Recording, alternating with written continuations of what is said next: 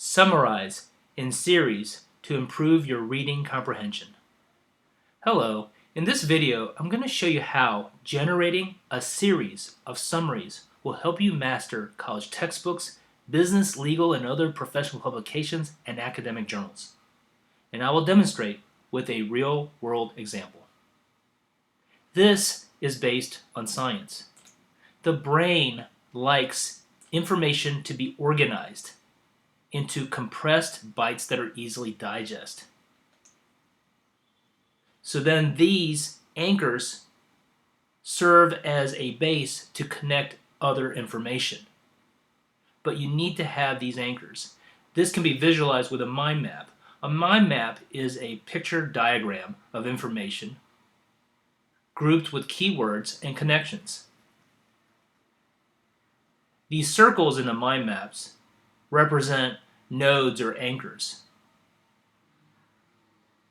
So it's important for the brain to have these circles, these nodes, these anchors. Then you can connect additional information to it. So making these connections with keywords, that's incorporated in this process of summaries. Another important concept is schema, which is another word for this mind map concept. And it's also important to have these mind maps and schemas before, during, and after the process of reading materials. So let me demonstrate with a real-world example. So currently I'm taking a business management course and I just completed the third week. I started with this course with a general feel of what this course was about. I read the table of contents and the syllabus.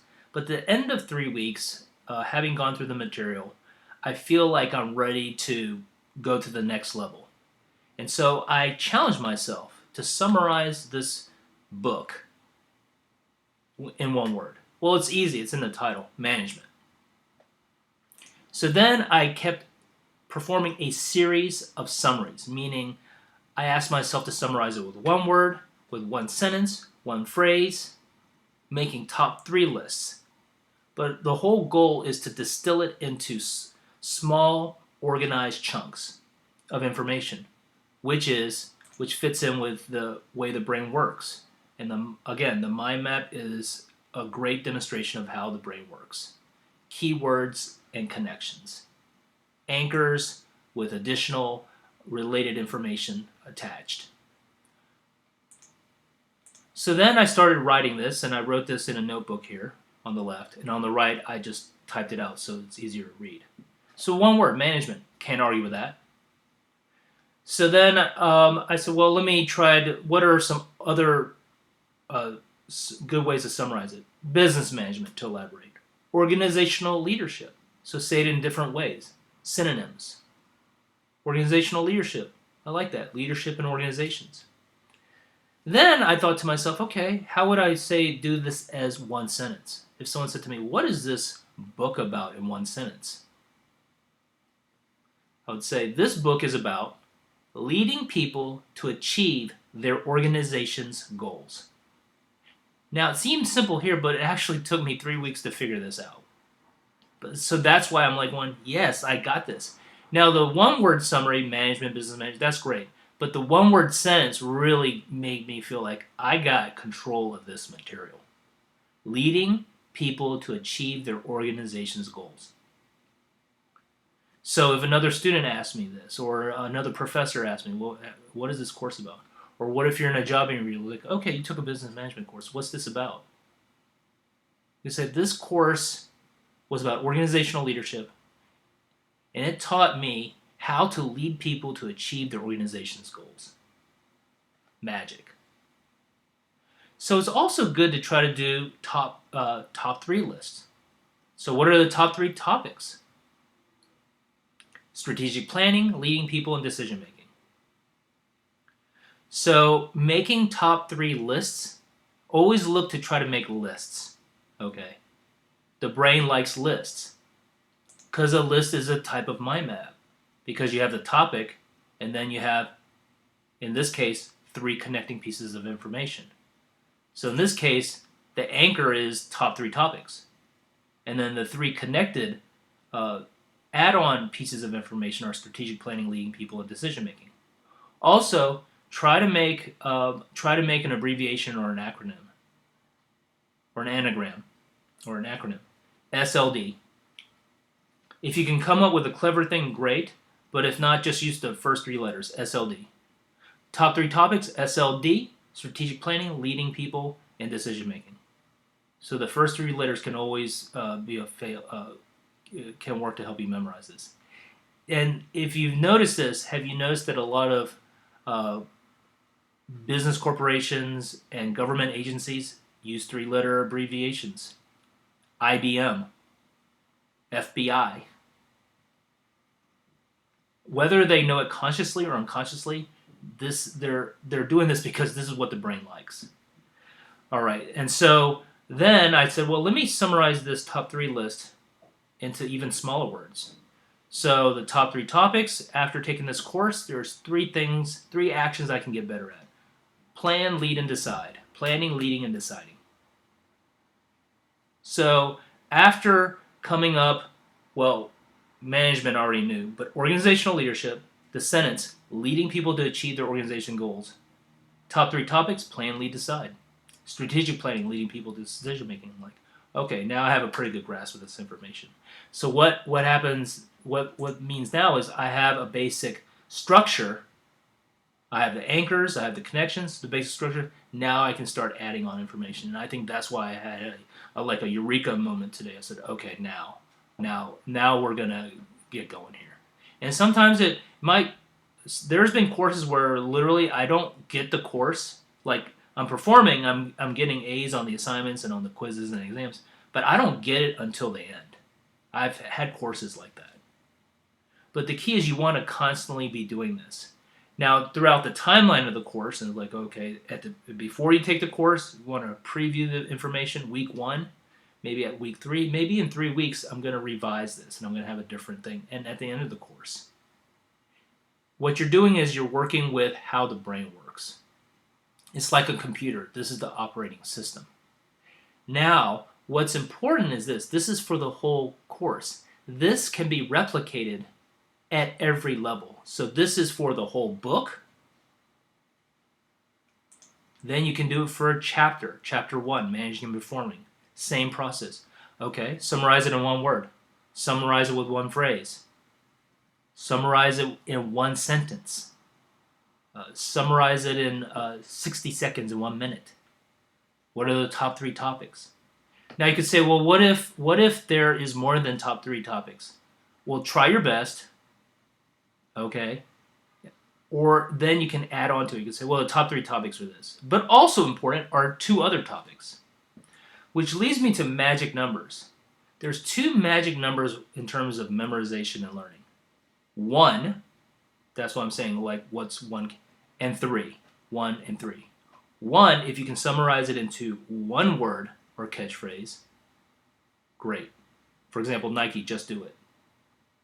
Einstein's physics theory equals mc squared. And also try to make a list.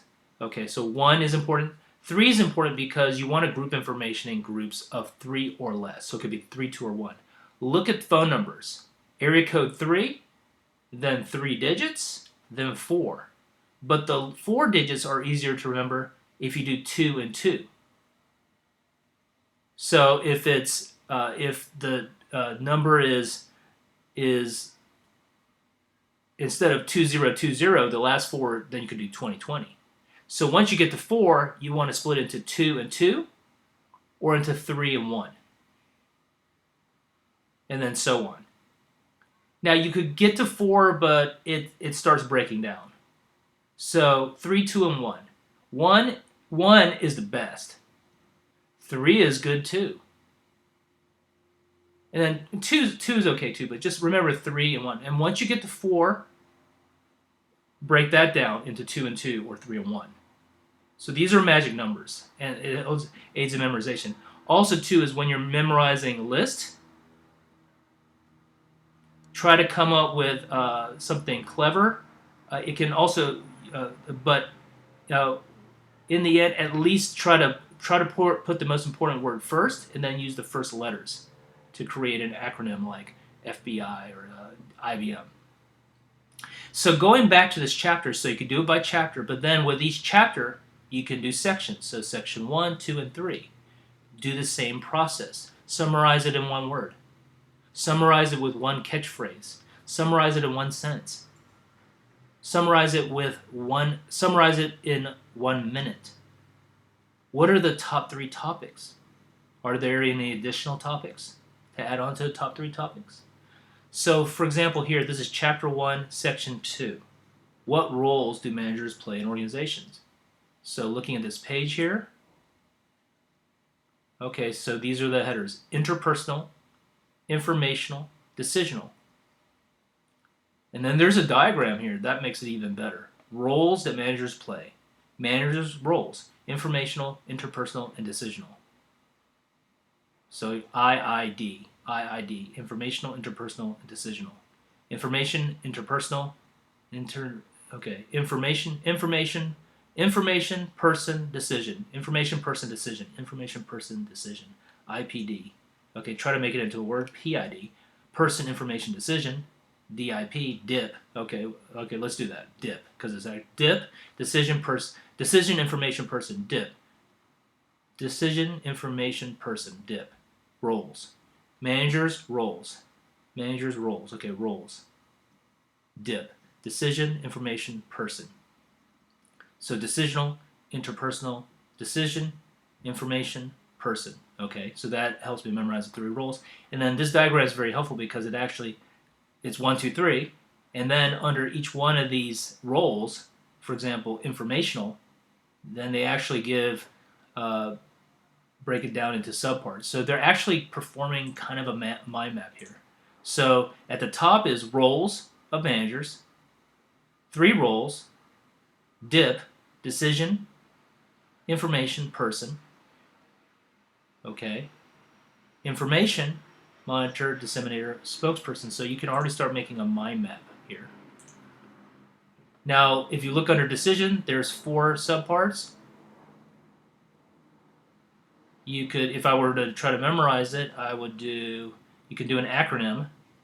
Disturbance, entrepreneur, handler, allocator, resource, disturbance, entrepreneur, negotiate,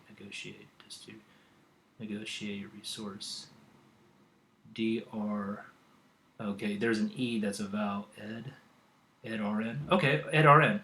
RN's a nurse, so ed's an RN. So ed-RN stands for entrepreneur disturbance, resource, and negotiate.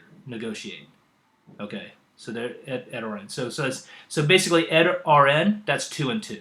So when you see 4, break it down to 2 and 2 or 3 and 1. So in this case, the acronym is using the first letters. That makes it easy. ed-RN. So ed, ed, RN. So then you could do it for this. So that actually already provided a summary, helps break down the structure of this particular, summarize and structure of this particular section. And then with each section, subsection or paragraph or subtopic, interpersonal roles, go through the same process. Summarize in one word, summarize with one phrase, or summarize in one catchphrase, summarize in one sentence, summarize in 1 minute. What are the top 3 lessons here? And they already provide. And another thing too is when you are reading a college textbook, pay extra attention to the images, the pictorials, because the brain likes information in a visual format, and that's where mind maps are very powerful. So in summary, this is what I would say. Always be summarizing. Or in one word, summarize.